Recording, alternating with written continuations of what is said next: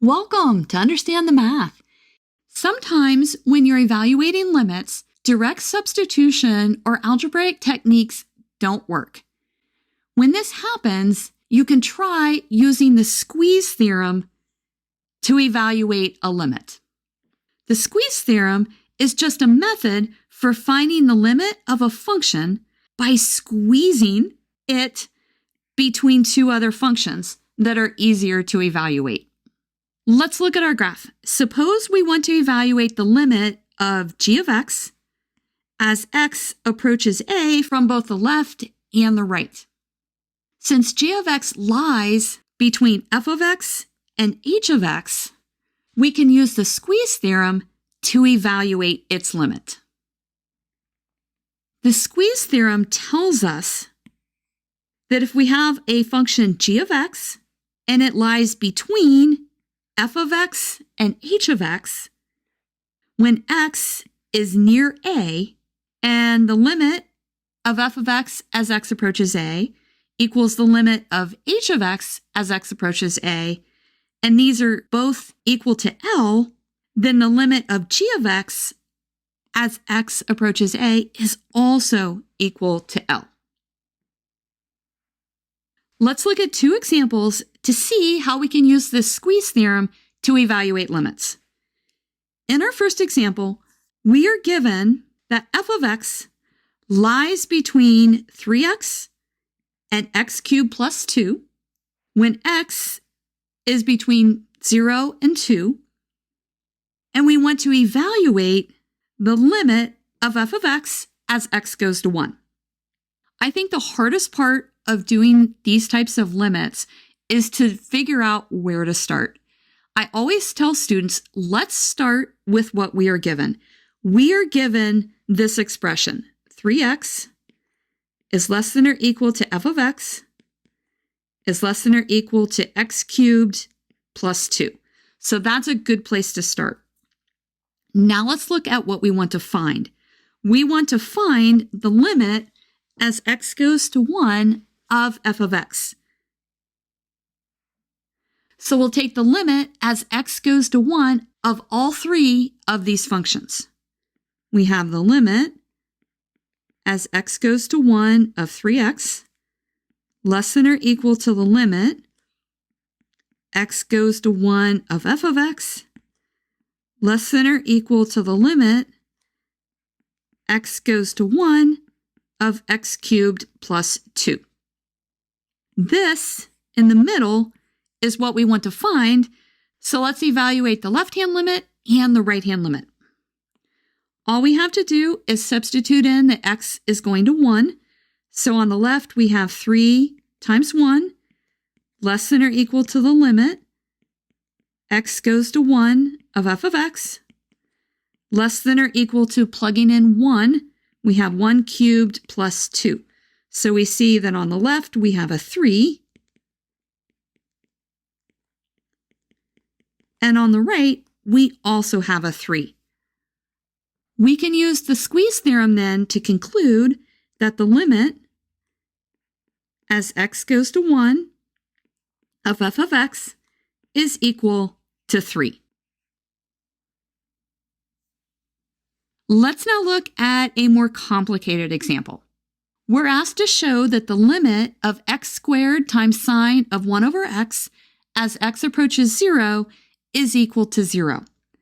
Let's start by evaluating what this limit is.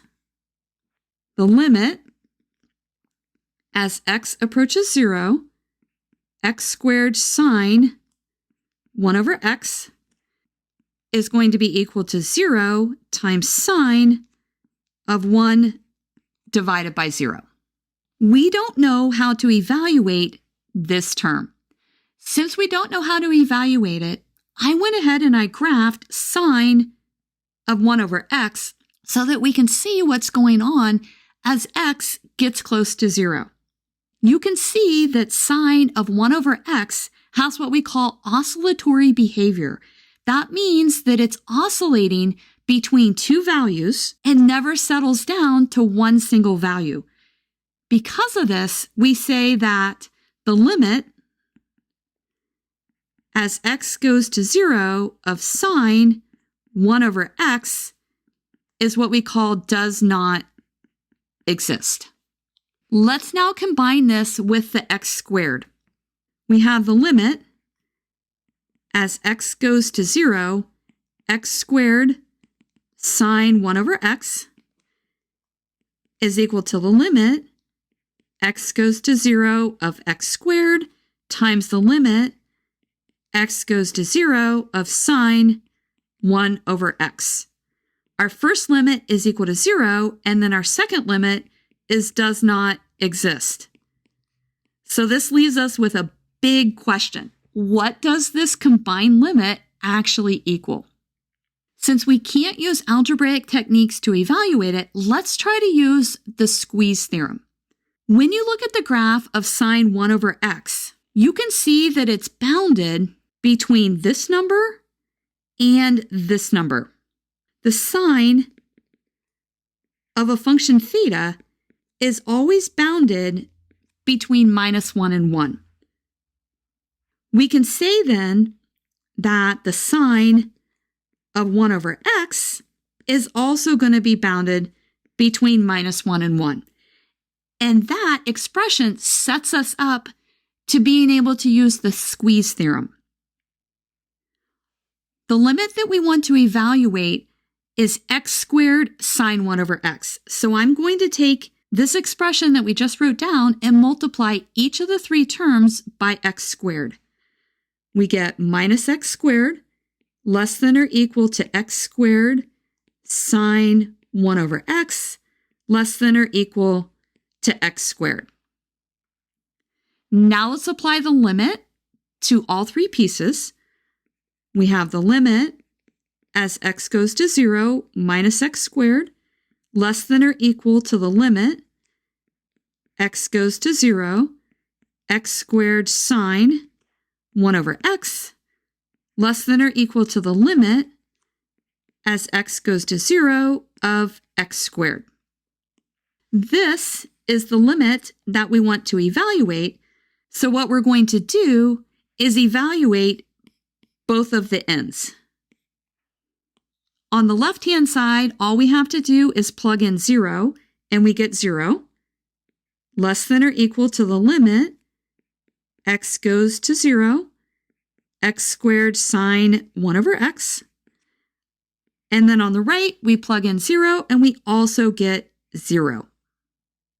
Since the left-hand side and the right-hand side are both 0, we can conclude from the squeeze theorem that the limit as x goes to 0, x squared sine 1 over x is equal to 0. Just for fun, I've graphed x squared sine 1 over x so that you can see what this looks like. You can see that the limit of this function is going to go to 0 as x goes to 0. It continues to oscillate all the way down to 0, but the oscillation is bounded by x squared, which goes to 0, so that makes this function have a limit of 0. And that's it. If this video has been helpful to you, please consider subscribing to my channel. Keep believing in yourself and have a great rest of your day.